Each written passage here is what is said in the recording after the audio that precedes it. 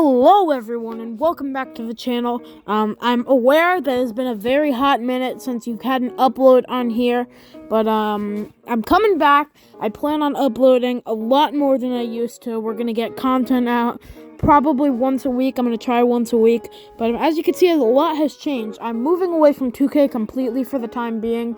Don't expect any new 2K videos. I'm not really into 2K22 at the time being, but the channel is now Wrestle Fandom. We are moving away from the 2K Enforcer. We're going to be doing MMA, pro wrestling, and we're going to try and fit in once every 2 weeks, I'd say, podcast.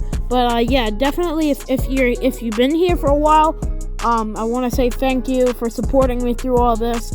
It's going to be an amazing ride, and for anyone else finding the channel now, I really would appreciate it if you dropped a subscribe. I promise you're not going to regret it. But yeah, that's kind of the general direction that I plan on going.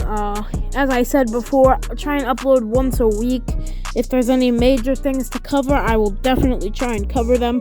But with that being said, it is time to move on to AEW Full Gear 2021 tonight at 8 p.m. Eastern Standard Time. I'm going to try and upload this around, I'm going to try and upload this around 7:30, but the card is packed. Christian Cage and Jurassic Express versus Adam Cole and the Young Bucks. I do like what AEW has been doing with the whole Super Elite, but I don't know. I just think it's not going to be a great night for them, and I think they're probably going to start it off with a good face pop for the crowd. Yeah, I think the Jurassic Express, they're very over, so they're probably going to get a title run in the near future. Coming up next, CM Punk versus Eddie Kingston. I think this is going to be a pretty obvious one, considering CM Punk is only on the second pay-per-view. I'm going to go with CM Punk on this one. And just a brief side note, CM Punk has been appearing on almost every episode of Rampage, which is the secondary show. They need to take CM Punk off TV after this one for a while. He needs that aura of specialty that he had when he first appeared. I mean, you saw the ratings boom. I mean, their YouTube channel got a huge boost in views. They don't have that special aura around CM Punk having him appear on the non-flagship show every single week. I think you guys understand. MJF versus Darby Allin. A brief sidebar. This Invisible Man costume was sick. I got a real kick out of that one. Shout out to Darby. But as an insight into this match, MJF has been coming out. I mean, obviously, this is a big match tributing to the next generation of AEW. MJF has been disrespecting Darby a lot, and I think they're going to give Darby this one. I think there's going to be a lot of victories for the faces. I think this is definitely going to be a feel-good pay-per-view for sure. Going into the Minneapolis street fight. This one has had an amazing build-up. I like the stuff that the Men of the Year, Ethan Page and Scorpio Sky and Dan Lambert. I'm enjoying this storyline. As you can see here, Dan Lambert, last AEW Dynamite, there was a whole beatdown. As you can see here, Dan Lambert powerbomb Chris Jericho through the table. They had him lock Chris Jericho in the walls. I mean, I just don't see the Inner Circle not giving them their comeuppance. I think this is definitely going to be a victory for them. I don't see it going any other way. Alright, so this is admittedly the most difficult match. This is one of the two most difficult matches on this card to predict. Byron Danielson versus Miro.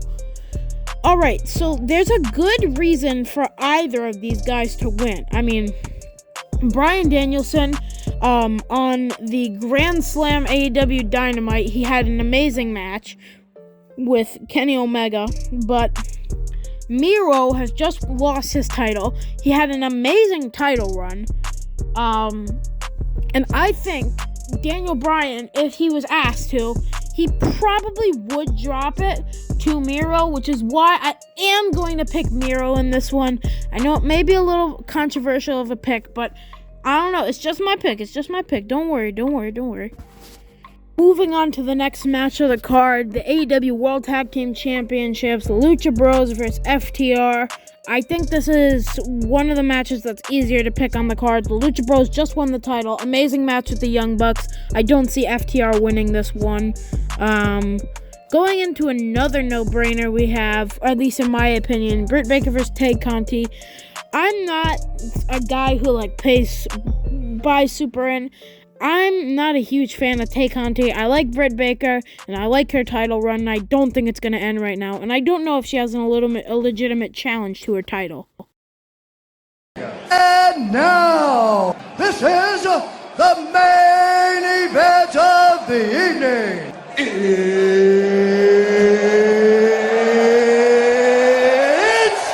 time! Now, I am aware that this match is going to be probably the most difficult match aside from Bryan Danielson versus Miro to pick on this card. I mean, it's been in the making since Revolution 2020 with the Young Bucks and Hangman and Kenny. Another amazing match. Go watch it if you can. But the storyline for this one has been building for a while. I mean, the stuff on TV, beatdown recently on the last episode of Dynamite leading onto this, the go-home show. Kenny Omega has had probably the most dominant title reign since Chris Jericho in AEW so far. I mean, I love the work he's done. In Impact, he did a great job as champion. But I definitely do not think that it is time for his title reign to win. Kenny Omega's winning this one. And you guys all need to get your goddamn minds out of the gutter. If you thought I was actually gonna pick Kenny Omega, you are all brain dead. There is no way Kenny Omega's title reign can still continue after this long. I've been a huge fan of his title reign, but I cannot watch any more of the Elite. The Super Elite, it's been good for a while, but I'm done with it and the main event of AEW. We need a new breath of life into the division, and Hangman Adam Page is that breath of life.